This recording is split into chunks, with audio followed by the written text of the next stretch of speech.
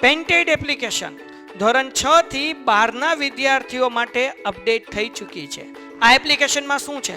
બધા જ વિષયના વિડીયોઝ છે. ગુજરાતની બેસ્ટ ફેકલ્ટી દ્વારા લાઈવ લેક્ચર્સ છે. આઈએમપી પ્રશ્ન છે, ટેસ્ટ સિરીઝ છે અને ગુજરાતના તમામ વિદ્યાર્થીઓ સાથે તમે તમારી કમ્પેરિઝન કરી શકો છો. ગેમિફિકેશન છે અને બીજું ઘણું બધું. તો તમે એપ્લિકેશન ડાઉનલોડ ન કરી હોય તો ડિસ્ક્રિપ્શનમાં લિંક આપી છે. હમણાં જ પ્લે સ્ટોર ઉપર જાઓ અને એપ્લિકેશન ડાઉનલોડ કરો. ઘરે બેઠીને સરસ મજાનું ગુજરાતની જોરદાર ફેકલ્ટી સાથે ભણો, સારા માર્ક્સે પાસ થાઓ. સૌથી વધારે શક્તિમાન લોકો છે, કારણ કે લોકોનું લોકો વડે અને લોકો માટે ચાલતું શાસન, લોકોનો પાવર સૌથી વધારે છે. આપણા દેશમાં સૌથી ઉપર શું છે? બંધારણ. આપણો દેશ કેનાથી ચાલે છે? આપણો દેશ, આપણો ભારત દેશ છે એ બંધારણથી ચાલે. એનાથી ચાલે દીકરા? બંધારણ, એટલે કે આપણું સંવિધાન. અને બંધારણ એવું કે છે કે બંધારણ સૌથી પહેલા કોને માને છે? લોકોને. તો પાવર સૌથી વધારે કોની આગળ છે? લોકો પાસે. પણ આપણા દેશના લોકોને ખબર નથી કે આપણા માટે આ દેશનું બંધારણ છે. બંધારણ આપણને વધારે માને છે, લોકોને પોતાની શક્તિઓનું ખ્યાલ જ નથી. બરાબર છે? તો યાદ રાખજો, લોકશાહી શાસન વ્યવસ્થા હોય એમાં સૌથી વધારે હાલે કોનું? લોકોનું હાલે. લોકો ધારે એ કરી શકે. બરાબર? યાદ રાખજો, આપણા દેશમાં સરકાર છે તો સરકારને બનાવનાર કોણ છીએ? આપણે બધા લોકોએ મત આપીને ચૂંટ્યા છે. બરાબર? તો યાદ રાખવાનું. હવે જોઈએ આપણે લોકશાહી વિશે. આપણો દેશ આખી દુનિયામાં સૌથી વધારે મતદારો ધરાવતો દેશ છે. શું કીધું? મતદાર. મતદાર એટલે શું? કે 18 વર્ષથી ઉપરનો કોઈ પણ પુખ્ત વ્યક્તિ ભારતીય હોય એ ચૂંટણીમાં મત આપી શકે. વિશ્વનો સૌથી યુવાન દેશ છે ભારત, કે જ્યાં 18 વર્ષથી લઈ અને યુવાનોની સંખ્યા વધારે છે. તો ભારત સૌથી વધુ મતદાર ધરાવતો દેશ છે એવું કીધું. પહેલો પોઈન્ટ, આપણો દેશ આખી દુનિયામાં સૌથી વધારે મતદાર ધરાવતો દેશ છે. સૌથી વધારે મતદાર ધરાવે છે. વસ્તીની રીતે વિશ્વમાં સૌથી મોટી લોકશાહી પણ આપણા દેશની. વિશ્વનો સૌથી મોટો લોકશાહી દેશ તો પણ આપણો ભારત. બરાબર? આ અનોખી લોકશાહીને આજે 6.5 દાયકા કરતા વધારે વર્ષો થઈ ગયા. આ સમય દરમિયાન આપણા દેશમાં અનેક રાજકીય ઝંઝાવતો, ઝંઝાવત એટલે શું? અનેક ઉતાર ચડાવ આવ્યા છે. આપણા રાજકીય જે ઇતિહાસ છે એની અંદર અમુક સારા પરિબળો આવ્યા છે, ખરાબ દિવસો આવ્યા છે, એમ ઉતાર ચડાવ આપણા દેશના બંધારણનો રહ્યો છે. તેમ છતાં આપણી લોકશાહી મતદારોની નિષ્ઠા અને કોઠા સૂઝને કારણે ટકી શકીશું. આપણે લોકશાહીના રક્ષણ અને જતન માટે પ્રયત્ન કરીએ છીએ. લોકશાહી છે એને બચાવવા માટે આપણે બધા પ્રયત્ન કરવાનો છે. આપણે ભારતીય લોકશાહીના કેટલાક મહત્વના લક્ષણોનો અહીં અભ્યાસ કરશું. આ ચેપ્ટરમાં દીકરા તમે શું ભણશો? લોકશાહી જે દેશમાં હોય, આ ચેપ્ટરમાં શું ભણશો? જે દેશમાં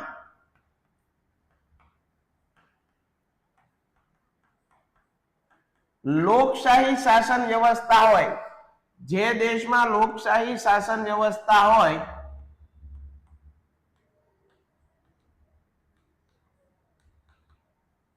ત્યાં કઈ કઈ બાબતો ઉપર ધ્યાન આપવામાં આવે? ત્યાં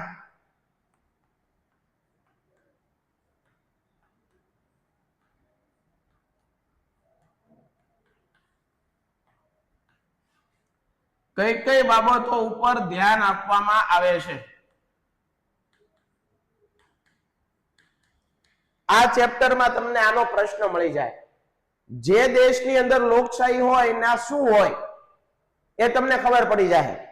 આપણો દેશ લોકશાહી છે તો કેના કારણે લોકશાહી છે એ પણ તમને આ ખબર પડી જશે. સમજાય છે? તો ચાલો જોઈએ, એક એક મુદ્દાને શાંતિથી જોઈએ. પહેલા તો એક પોઈન્ટ તમને એ ખબર પડશે, કોઈ પણ દેશ લોકશાહી છે કે નહીં એ ક્યારે ખબર પડશે? કે ભાઈ એ દેશની અંદર ચૂંટણી થતી હોય. સાંભળજો, કોઈ પણ દેશ લોકશાહી દેશ છે કે નહીં ખબર કેમ પડે? ચૂંટણી થતી હોય. ચૂંટણી થાય એટલે લોકોને જેને મત આપે, લોકો જેને મત આપે એ સરકાર બનાવે. એટલે તો ખબર પડે ને. આપણા ક્લાસની અંદર કેપ્ટનની ચૂંટણી કરીએ તો ચિઠ્ઠી નાખીએ આપણે કે આપણા ક્લાસમાં કોને કેપ્ટન બનાવવા છે, તો મત લેવામાં આવે. જેને મત વધારે મળે એને કેપ્ટન બનાવવામાં આવે. આખી સ્કૂલમાં જીએસ બનાવવા માટે મત લેવામાં આવે. જેને વધારે મત મળે એને જીએસ બનાવવામાં આવે. એવી જ રીતે જે દેશની અંદર લોકશાહી હશે ત્યાં ચૂંટણી થશે. એક વસ્તુ સમજાણું, આખા વિશ્વની અંદર બે પ્રકારની શાસન વ્યવસ્થા છે. એક છે લોકશાહી, એક રાજાશાહી. રાજાશાહીની અંદર છે ચૂંટણી થાય નહીં. રાજાશાહી, લોકશાહીની અંદર જો ભાઈ લોકશાહી છે ને શું થાય? ચૂંટણી થાય. ચૂંટણી થશે. રાજાશાહીમાં ચૂંટણી થાય તો કે ભાઈ રાજાશાહી છે એમાં ચૂંટણી થાય જ નહીં. રાજાનો દીકરો રાજા બને, વંશાનુગત હોય, વંશ પરંપરાગત વારસાગત હોય. આપણા બાપાની મિલકત કેમ આપણા નામે થાય વારસાગત, એવી રીતે રાજાનો દીકરો રાજા બને રાજાશાહીમાં. આપણો દેશ રાજાશાહી નથી, પેલા હતી, અત્યારે નથી. અત્યારે આપણો દેશ લોકશાહી છે. એટલે કે કોઈ પણ વ્યક્તિ ભારતનો રાષ્ટ્રપતિ બની શકે એનામાં લાયકાત હોય તો. કોઈ પણ ચા વેચનારો માણસ પણ દેશનો વડાપ્રધાન બની શકે જો એનામાં લાયકાત હોય તો. બરાબર? એના મતલબ એવું કહેવાય કે આપણા દેશમાં લોકો જેને ચૂંટણી કરી અને જીતાડે છે એ આગળ વધે છે. આજે જે કાંઈ પણ સંસદની અંદર બધા સભ્યો બેઠા છે, આજે જે કાંઈ પણ અધિકારીઓ છે એને આપણે મોકલેલા છે ચૂંટણી કરીને. લોકોએ મત આપ્યા, એને લોકોએ એને જીતાડ્યા. એટલે માટે યાદ રાખજો. તો શાસન વ્યવસ્થામાં વિશ્વમાં અનેક દેશમાં લોકશાહી છે. લોકશાહી હોવા છતાં દરેક શાસન વ્યવસ્થામાં જુદા જુદાપણું એટલે કે જુદી જુદા તફાવત જોવા મળે છે. સમજાઈ ગયું? વિશ્વમાં બે પ્રકારની શાસન વ્યવસ્થા હોય. ઘણા દેશોની અંદર લોકશાહી છે, ઘણા દેશોની અંદર શું છે ભાઈ? રાજાશાહી. લોકશાહી હોય એની અંદર પહેલો તબક્કો કયો હોય? ચૂંટણી થાય. લોકશાહી શાસન વ્યવસ્થામાં ચૂંટણી ફરજિયાત હોય. ચૂંટણી થાય, લોકોને જે માણસ ગમતો હોય એને મત આપે અને એને ચૂંટણીમાં ચૂંટાવે. સમજણ પડી ગઈ? બરાબર? લોકશાહી હોવા છતાં દરેક શાસન વ્યવસ્થામાં ભિન્નતા જોવા મળે છે. લોકશાહીમાં સાંભળજો, લોકશાહીમાં મતદાર પોતાનો મત આપે છે. મતદાર એટલે કોણ? જે મત આપવા જાય તે. અત્યારે દાખલા તરીકે ચૂંટણી આવી હોય તો તમે બધા મત ન આપી શકો. કેમ ન આપી શકો? તમારા 18 વર્ષ પૂર્ણ નથી થયા. 18 વર્ષ પૂર્ણ થાય પછી 18 વર્ષથી ઉપરની કોઈ પણ વ્યક્તિ ભારતીય હોય એ મત આપી શકે. તમારું ચૂંટણી કાર્ડ આવશે, ડ્રાઇવિંગ લાયસન્સ 18 વર્ષે આવી જાય. ટપ્પો પડે છે. ફરીવાર કહું છું, આખા વિશ્વની અંદર કેટલા પ્રકારની શાસન વ્યવસ્થા? સાહેબ તમે કીધું બે. ઘણા દેશોમાં રાજાશાહી હોય, ઘણા દેશોની અંદર લોકશાહી હોય. સાહેબ લોકશાહી હોય ને એક વસ્તુ ફરજિયાત હોય, ચૂંટણી થાય. ચૂંટણીની અંદર કોણ ભાગ લઈ શકે? કોઈ પણ ભાગ લઈ શકે. પણ ચૂંટણીમાં લોકો મતદાન કરે અને જેને જીતાડે એ મોટો થઈ અને રાષ્ટ્રપતિ બને, વડાપ્રધાન બને. બરોબર? લોકો મોકલે, લોકો જીતાડે એને. ટૂંકમાં લોકોનું શાસન, એને લોકશાહી કહેવાય. હવે આ ચૂંટણીની અંદર મત કોણ આપે? તો ચૂંટણીની અંદર મત આપે મતદાર. મતદારનો મતલબ થાય જે મત આપે છે તે. એ પછી સ્ત્રી હોય, પુરુષ હોય કે કોઈ યુવાન હોય, જે મત આપવા જાય એને મતદાર કહેવાય. તો ચૂંટણીનું તો મહત્વ છે, સાથે સાથે આપણા દેશમાં મતદારોનું મહત્વ છે કે નહીં?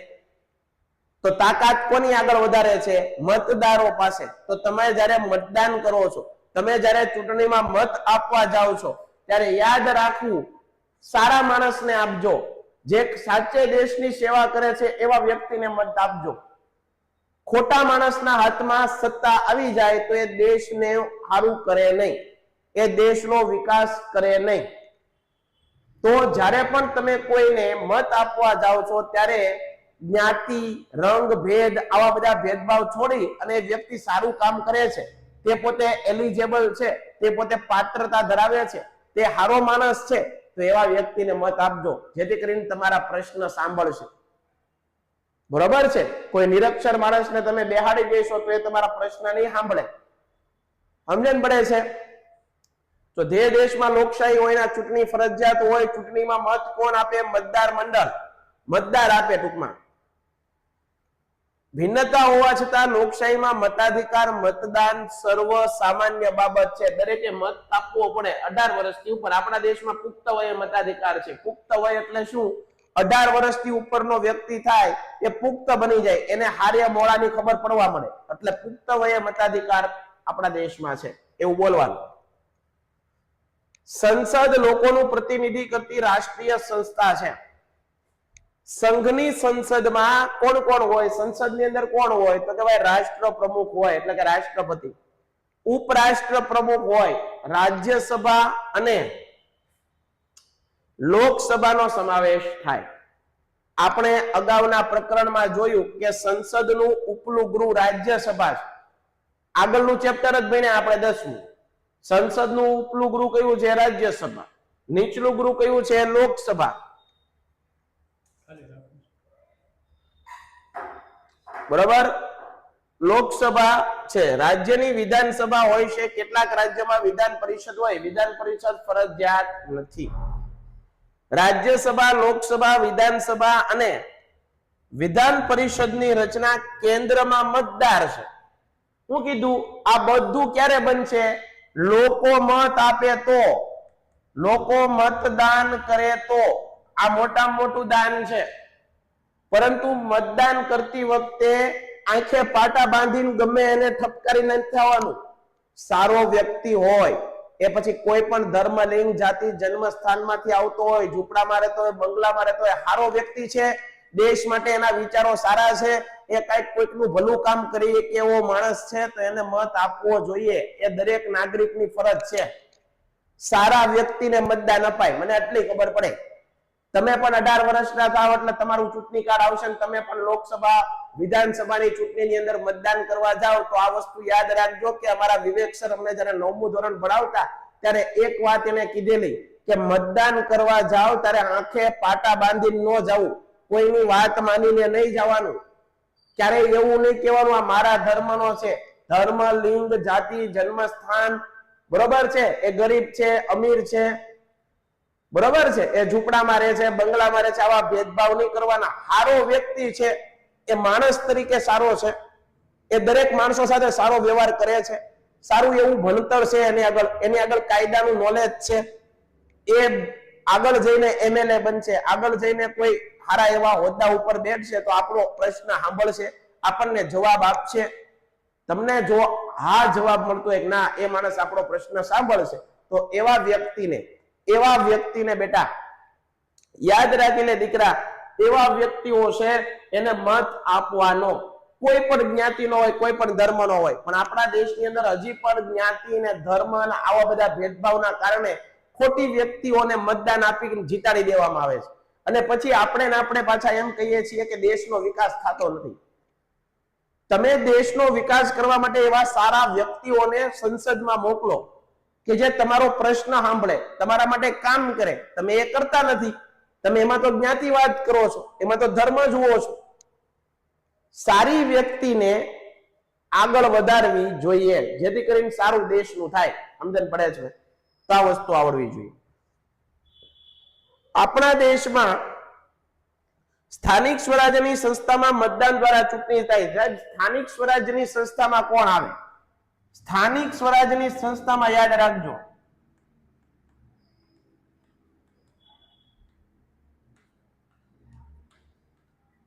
સ્થાનિક સ્વરાજ્યની સંસ્થામાં કોણ આવે? તો કે ભાઈ ગ્રામ પંચાયત, એના પછી તાલુકા પંચાયત, એના પછી જિલ્લા પંચાયત, એના પછી નગરપાલિકા, એના પછી મહાનગરપાલિકા.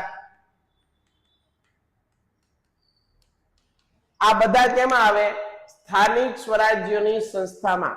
કેમાં આવે દીકરા? સ્થાનિક સ્વરાજ્યની સંસ્થાઓની અંદર આ બધા આવે. ટપો પડે છે તમને? પાકું થાય છે?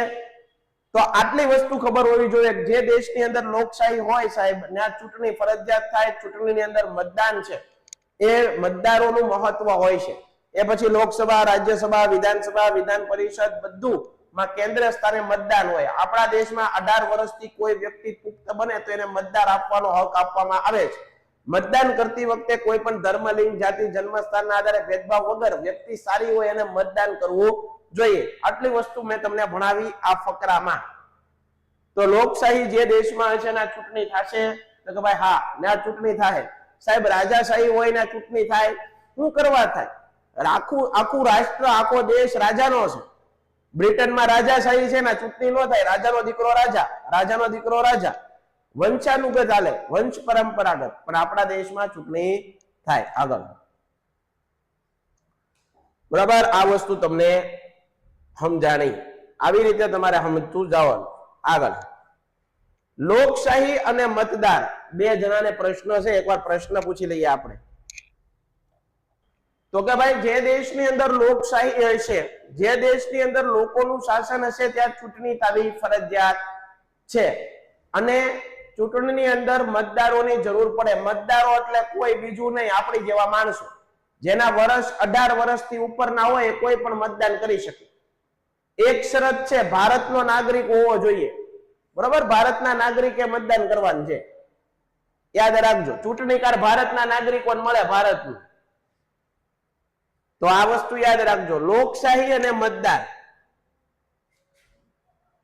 લોકશાહીમાં મતદાર મહત્વ ધરાવે છે. આપણા દેશમાં સાર્વત્રિક પુખ્ત વયે મતાધિકાર છે. આ તમારે ગોખી નાખવાનું છે, યાદ રાખવાનું.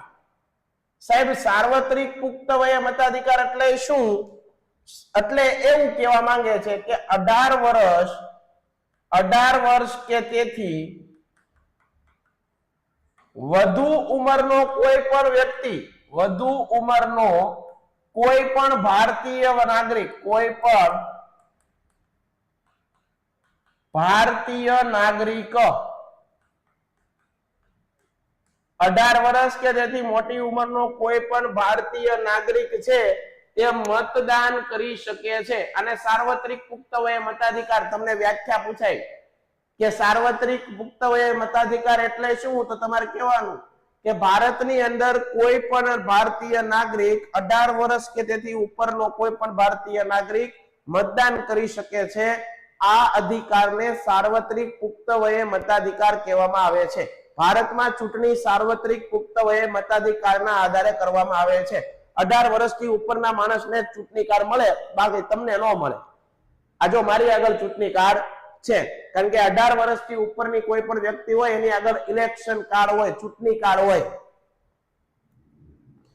બરાબર વિદ્યાર્થી મિત્રો, તો આ વસ્તુ તમને ખબર પડવી જોઈએ, યાદ રહેશે. આગળ 18 વર્ષ કે તેથી મોટી ઉંમરની વ્યક્તિનું મતદાર યાદીમાં નામ નોંધાવવાનું હોય તો વ્યક્તિ મતદાન કરી શકે. જેને નાદારી નોંધાવી ન હોય, તે માનસિક રીતે અસ્થિર જાહેર ન થયેલો હોય, તેઓ પ્રત્યેક ભારતીય નાગરિક ભેદભાવ વગર મતદાન કરી શકે.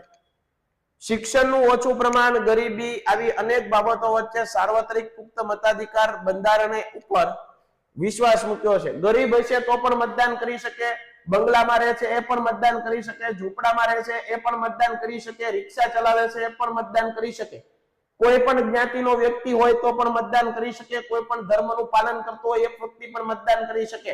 મતદાન કરતી વખતે કોઈ જાતનો ભેદભાવ નથી રાખ્યો. સમજણ પડી તમને? તો યાદ રાખજો. સાર્વત્રિક પુખ્ત વયે મતાધિકારમાં વ્યક્તિ દીઠ એક મત, એક માણસે એક જ ને મત આપવાનો છે, દબાવે નથી રાખવાનું. ત્યાં વોટિંગ મશીન હોય ને એને એક જ વ્યક્તિને તમારે મત આપવાનો.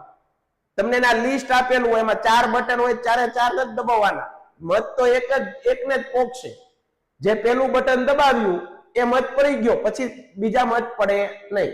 એક વ્યક્તિ એક મત આપી શકે. તમે પોતે 18 વર્ષના ભારતીય નાગરિક છો ને તમે મતદાન કરવા ગયા તો એકવાર બટન દબાવ્યું, જે વ્યક્તિ તમને ગમે છે એનું નામ લખેલું હોય એની સામે દબાવો એટલે એ વ્યક્તિને મત પડે. પછી તમને એમ થાય કે મારે 4 ને મત દેવું, લાવને હળિયું કરું, તો પણ મત તો એક જ વ્યક્તિને પડશે. તમે ભલે હળી કરો.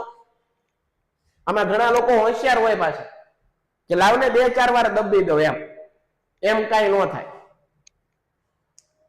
લોભ, લાલચ અને ડર વગર મતદાન કરવાની દરેક નાગરિકની ફરજ છે.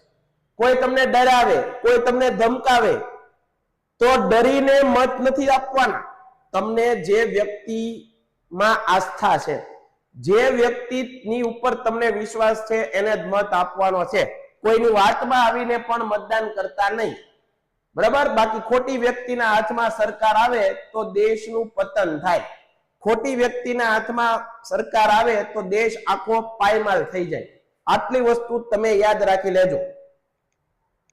પોતાની ફરજ પ્રત્યે સભાન હોવી જોઈએ. બંધારણ દરેક નાગરિકે જ્ઞાતિ, ધર્મ, જાતિ, શિક્ષણના ભેદભાવ વગર પેન્ટેડ એપ્લિકેશન ધોરણ 6 થી 12ના વિદ્યાર્થીઓ માટે અપડેટ થઈ ચૂકી છે.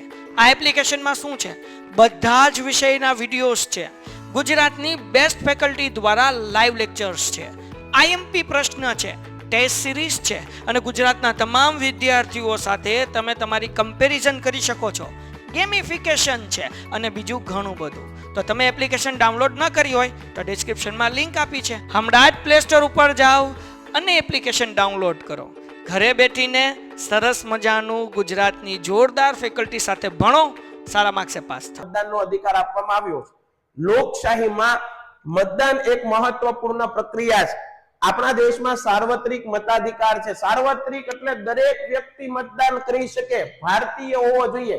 પછી કોઈ પણ જ્ઞાતિનો હોય, જાતિનો હોય, રંગ, રૂપ, જાતિ, ધર્મ, સ્થાન, બંગલામાં રહેતો હોય, ઝૂંપડામાં રહેતો હોય, અમીર, ગરીબ, મજૂરી કામ કરતો હોય, બધા લોકો મતદાન કરી શકે. કોઈની સાથે ભેદભાવ નથી. એને સાર્વત્રિક મતાધિકાર કહેવાય. મતદારનો અધિકાર હોવા ઉપરાંત મતદાન આપણે બધાની ફરજ છે. ઘણા લોકો મતદાન કરવા નથી જતા અને પછી એમ કે દેશ આગળ વધતો નથી. તારી ફરજ નિભાવી, તે સારા વ્યક્તિને મત આપ્યો, તું ચૂંટણીમાં મતદાન કરવા ગયો અને તું એમ કે છો દેશનો વિકાસ નથી થતો, દેશ આમ છે ને ખાડે ગયો ને પાયમાલ થઈ ગયો ને, ભાઈ તું પેલા તારી ફરજ તો નિભાવ, તું પેલા તારું કામ તો કર. તો પેલા તમારી ફરજ નિભાવો, પછી કોઈકના ઉપર આંગળી ચીંધારો, બરોબર? એ આપણી બધાની ફરજ છે. જ્યારે તમે કોઈની સામે આંગળી ચીંધો છો તો સામેની 3 આંગળી તમારી સામે આવે છે. પેલા તું તારું કર, એમ તું પેલા તારી ફરજ નિભાવે છો. તું નિભાવતો હો તો બીજાને કહે તું, બરાબર છે? તો એ યાદ રાખવાનું. મતદારનો અધિકાર હોવા ઉપરાંત મતદાન આપણી બધાની ફરજ છે. દરેકે મતદાર પોતાના અધિકારનો ઉપયોગ કરવો. તમારા આગળ બધાની આગળ અધિકાર આવશે. 18 વર્ષના થશો એટલે ચૂંટણી કાર્ડ આવશે ને તમને હક આપવામાં આવશે. તમને કોઈ ના નહીં પાડી શકે, મતદાન કરતા કોઈ નહીં રોકી શકે. તમારી આગળ અધિકાર છે આ. પણ 18 વર્ષથી પુખ્ત વયનો વ્યક્તિ જ મતદાન કરી શકે. આ વસ્તુ યાદ રાખજો. અત્યારે ચૂંટણી આવે ને તમે મત દેવા જાઓ, તમને ન જવા દે, બરાબર? તમારી આગળ ચૂંટણી કાર્ડ હોવું ફરજિયાત છે. અને ચૂંટણી કાર્ડ ક્યારે નીકળે? 18 વર્ષ થાય પછી. તો જે દેશમાં લોકશાહી હોય છે ને પેલું ચૂંટણી થાય, ચૂંટણી પછી મતદાર કેવું કરવાનું છે? સાર્વત્રિક પુખ્ત વયે મતાધિકાર, એટલે કે 18 વર્ષથી ઉપરની કોઈ પણ ભારતીય નાગરિક ચૂંટણીમાં મત આપી શકે. આ અધિકારને સાર્વત્રિક પુખ્ત વયે મતાધિકાર કહેવામાં આવે છે. મતદાન આપતી વખતે કોઈ પણ વ્યક્તિ ભારતીય હોવો જ જરૂરી છે. બાકી તે કોઈ પણ ધર્મ, લિંગ, જાતિ, જન્મ સ્થાનના આધારે ભેદભાવ વગર કોઈ પણ વ્યક્તિ મતદાન આપી શકે. એને સાર્વત્રિક અધિકાર કહેવામાં આવે છે. આ વાત કરી મતદાર વિશે. મતદાર પેલા ચૂંટણી વિશે જોયું. ચૂંટણી થાય લોકશાહીમાં, બરાબર? રાજાશાહીમાં ચૂંટણી થાય જ નહીં. રાજા હોય પછી ચૂંટણીની જરૂરત ક્યાં છે? રાજાનું જ શાસન હાલે. રાજા કે થાય, રાજા કે તો સવાર, રાજા કે તો સાંજ. રાજાનો દીકરો રાજા બને. રાજાનો દીકરો ન હોય તો રાજા કોઈ બીજા દત્તક લઈને પણ એને રાજા બનાવી શકે, કારણ કે રાજાનું શાસન છે. આપણા દેશની અંદર લોકશાહી છે, તેમાં ચૂંટણી થાય, ચૂંટણીમાં મત આપે અને મતદાર કહેવાય. મતદાર ક્યારે મત આપીએ? કે 18 વર્ષનો કોઈ પુખ્ત વ્યક્તિ ભારતીય નાગરિક હોય એ. મતદાન આપતી વખતે કોઈ પણ ભેદભાવ જોવામાં આવે છે નહીં. ભેદભાવ નથી જોવામાં આવતો. કોઈની સાથે ભેદભાવ કરવામાં આવતો નથી. વાહ સાહેબ, આ 2 પોઈન્ટ અમને સમજાઈ ગયા. આમાં કાંઈ અમને ઘટતું નથી, વ્યવસ્થિત સમજાઈ ગયા. ત્રીજું છે લોકશાહીનો આધાર સ્તંભ ચૂંટણી. ચૂંટણી કરવી પડે ભાઈ, કારણ કે રાજાશાહી હોય તો ના ચૂંટણીની જરૂર નથી, પણ લોકશાહી હોય તો ના કોઈકને બેસાડવા તો પડે ને, આખા દેશનું ધ્યાન રાખે એવી સરકાર તો બનાવવી પડે ને. સરકાર બનાવવા માટે ચૂંટણી કરવી પડે, ચૂંટણીમાં મત આપો તો સરકાર બને, અને એ આપણું બધાનું ધ્યાન રાખે. તમે ખરાબ લોકોને બેસાડશો તો એ કોઈ આપણું ધ્યાન રાખવાના નથી. તમે સારી વ્યક્તિને બેહાડશો તો એ ધ્યાન રાખશે, તમારા પ્રશ્નો સાંભળશે, તમારે કંઈક વાંધો પડે તો તમારે એની આગળ જવાનું, એ તમને મદદ કરે. લોકશાહીનો આધાર એટલે ચૂંટણી. ચૂંટણી વખતે ઉત્સવ જેવું વાતાવરણ હોય. આપણા શહેરની અંદર, આપણા જિલ્લાની અંદર, આપણા રાજ્યની અંદર જ્યારે ચૂંટણી થાય તો એક ઉત્સવ હોય, જે પર્વ હોય એવો એક ઉત્સવનો માહોલ હોય છે. બરાબર, જુદા જુદા નેતાઓ છે તમારી ગલીઓમાં, શેરીઓમાં જુદા જુદા ભાષણ કરતા હોય છે, રેલીઓ યોજતા હોય છે, સરઘસ કાઢતા હોય છે, પ્રચાર કરવા આવે છે, તમને મોટી મોટી વાતો કરતા હોય છે, વાયદાઓ આપતા હોય છે. આવું બધું ચૂંટણીમાં જોયેલું તમે. ચૂંટણી વખતે પ્રજા તેના પ્રતિનિધિઓનું મૂલ્યાંકન કરે છે. તમારે વ્યક્તિની પસંદગી એવી રીતે કરવાની કે માણસ કામ કરશે કે નહીં. નિર્ધારિત લાયકાત ધરાવતી દરેક વ્યક્તિને લોકશાહીમાં ચૂંટણી લડવાનો અધિકાર છે. ચૂંટણીમાં રાજકીય પક્ષ ઉપરાંત અપક્ષ ઉમેદવારો ચૂંટણી લડે. સાહેબ, અપક્ષ ઉમેદવાર એટલે શું? અમને આવો પ્રશ્ન થાય છે, તમે સમજાવો. ભાઈ, આપણા દેશની અંદર જુદા જુદા પક્ષો છે. કેવા? તો કે ભાઈ ભાજપ, કોંગ્રેસ, આમ આદમી પાર્ટી, બરાબર, સમાજવાદી પાર્ટી, આવા ઘણા બધા રાષ્ટ્રીય પક્ષો. હવે માની લ્યો કે કોઈ વ્યક્તિ પોતાના ખર્ચે ચૂંટણી લડવી છે. દાખલા તરીકે ભાજપમાંથી તમે ચૂંટણી તમને ઉભા રાખ્યા હોય તો તમને ભાજપ પૈસા આપે ચૂંટણી લડવાના. કોંગ્રેસમાંથી તમે ઉભા રહ્યો તો કોંગ્રેસ પક્ષ તમને પૈસા આપે. પણ માની લ્યો કે મારે ભાજપમાં નથી જોડાવું, કોંગ્રેસમાં નથી જોડાવું, આમ આદમીમાં નથી જોડાવું, મારે એ બધાની વિરુદ્ધ લડવું છે, તો તમે અપક્ષમાં ઉમેદવારી કરી શકો. અપક્ષ એટલે કોઈ પણનો પક્ષ નહીં, તટસ્થ રીતે. તો એમાં બધો ખર્ચો તમારે કરવાનો અને તમે એના વિરુદ્ધ લડી શકો છો. અપક્ષ ઉમેદવાર કહેવાય એને. ચૂંટણીમાં જે રાજકીય પક્ષ અથવા જે રાજકીય પક્ષોના ગઠબંધન સૌથી વધારે ઉમેદવાર વિજેતા બન્યા હોય, સત્તા ઉપર આવે. એનો મતલબ એમ, આગળના ચેપ્ટરમાં ભણ્યું, લોકસભાની અંદર જે વધારે સીટ મળે એ સરકાર બનાવે. શું બનાવે? સરકાર અથવા સત્તા. લોકશાહીમાં લોકોનું સમર્થન મેળવીને જ સત્તા પર પહોંચી શકાય છે. આપણી લોકશાહી વ્યવસ્થામાં દેશની સૌથી ટોચની સંસ્થા સંસદ છે. આગળ જ ભણાવ્યું, સંસદ વિશે ઘણું બધું તમને ભણાવ્યું. સૌથી પાયાનો એકમ ગ્રામ પંચાયત છે. ગ્રામ પંચાયત થી જિલ્લા પંચાયત, જિલ્લા પંચાયત થી તાલુકા પંચાયત, તાલુકા પંચાયત થી નગરપાલિકા, મહાનગરપાલિકા, બરાબર, પછી રાજ્ય સરકાર અને છેલ્લે સંસદ. આવી રીતે આપણા દેશની અંદર સળંગ વ્યવસ્થા છે. ગ્રામ પંચાયત, તાલુકા પંચાયત, જિલ્લા પંચાયત જેવી સ્થાનિક સ્વરાજ્યની સંસ્થામાં પણ ચૂંટણી થાય. આ સંસ્થાઓમાં લોકોના મતદાન વડે જ વિજેતા સભ્યોની પસંદગી થાય છે. નાના શહેરમાં નગરપાલિકા હોય, મોટા શહેરમાં મહાનગરપાલિકામાં પણ ચૂંટણી થાય, અને ચૂંટણીને લોકશાહીને જીવંત અને ધબકતી રાખે છે. ટૂંકમાં લોકશાહી જે દેશમાં હશે ત્યાં ચૂંટણી છે એ અવારનવાર આવ્યા જ કરતી હોય, અને લોકોને ચૂંટણીમાં ચૂંટાવાનું હોય. લોકો સારા વ્યક્તિઓની દરેક સમાજને જરૂર હોતી હોય છે. બરાબર, તો આ વસ્તુ તમને આવડવી પડે, યાદ રાખજો. રાજકીય પક્ષો તેમજ ચૂંટણીના ઉમેદવારો માટે ચૂંટણી ખૂબ મહત્વની હોય છે. ચૂંટણી લોકશાહીની પારાશીશી છે. તમને પ્રશ્ન પૂછાય, ચૂંટણી લોકશાહીની પારાશીશી છે, સમજાવો. તો આપણને આવડવું પડે. ચૂંટણી વિશે લખવાનું તમારે બધાને. બરાબર, ચૂંટણી મતદારને તેના ઉમેદવારનું મૂલ્યાંકન કરાવવાની તક આપે. ચૂંટણી દેશમાં નવી રાજકીય વ્યવસ્થા, રાજકીય ઉમળો સર્જે છે. ચૂંટણીથી દેશના સામાજિક આર્થિક વાતાવરણનો ખ્યાલ આવે છે. ચૂંટણી દ્વારા સરકારોનું ભવિષ્ય નક્કી થાય. રાજકીય પક્ષો ઉપરાંત અપક્ષ સંગઠનો ચૂંટણી લડતા હોય છે. સંસદીય લોકશાહીમાં જે રાજકીય પક્ષના ઉમેદવારો વધારે સંખ્યામાં ચૂંટાઈને આવે તે પક્ષ અથવા ગઠબંધનને વધારે આધારે ચૂંટાયેલા સભ્યોનો સમૂહ સત્તામાં આવે અને સરકાર રચે. લોકશાહીમાં લોકોનું સમર્થન ચૂંટણી દ્વારા જ જાણી શકાય. લોકોના સમર્થન દ્વારા જ સત્તા મેળવી કે ટકાવી શકાય. લોકશાહીનો પ્રાણ ચૂંટણી હોય. ચૂંટણી પ્રક્રિયા પારદર્શક હોય એ ખૂબ જરૂરી છે. બરાબર છે. જે સારું કામ કરે એને લોકો ચૂંટે એટલે એને અધિકારીઓ બનાવે. એ આપણું બધાનું ધ્યાન રાખે. એને MLA કહેવાય. બરાબર છે.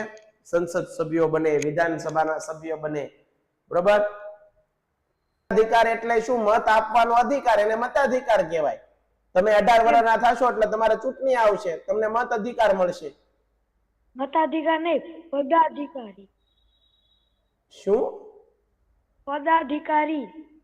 પદાધિકારી એટલે કોઈ પદ ઉપર, કલેક્ટર છે તો એને પદાધિકારી કહેવાય, ડીએસપી છે તો એને પદાધિકારી કહેવાય, રાષ્ટ્રપતિ છે તો એને પદાધિકારી કહેવાય, મોટા પદ ઉપર બેઠો હોય એને પદાધિકારી કહેવાય બેટા. Ready sir.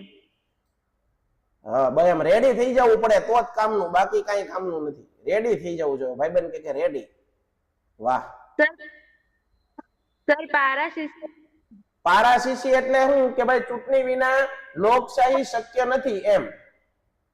પેન્ટેડ એપ્લિકેશન ધોરણ 6 થી 12ના વિદ્યાર્થીઓ માટે અપડેટ થઈ ચૂકી છે. આ એપ્લિકેશનમાં શું છે? બધા જ વિષયના વિડીયોઝ છે. ગુજરાતની બેસ્ટ ફેકલ્ટી દ્વારા લાઈવ લેક્ચર્સ છે, આઈએમપી પ્રશ્ન છે, ટેસ્ટ સિરીઝ છે અને ગુજરાતના તમામ વિદ્યાર્થીઓ સાથે તમે તમારી કમ્પેરિઝન કરી શકો છો. ગેમિફિકેશન છે અને બીજું ઘણું બધું. તો તમે એપ્લિકેશન ડાઉનલોડ ન કરી હોય તો ડિસ્ક્રિપ્શનમાં લિંક આપી છે, હમણાં જ પ્લે સ્ટોર ઉપર જાઓ અને એપ્લિકેશન ડાઉનલોડ કરો. ઘરે બેઠીને સરસ મજાનું ગુજરાતની જોરદાર ફેકલ્ટી સાથે ભણો, સારા માર્ક્સે પાસ થાઓ.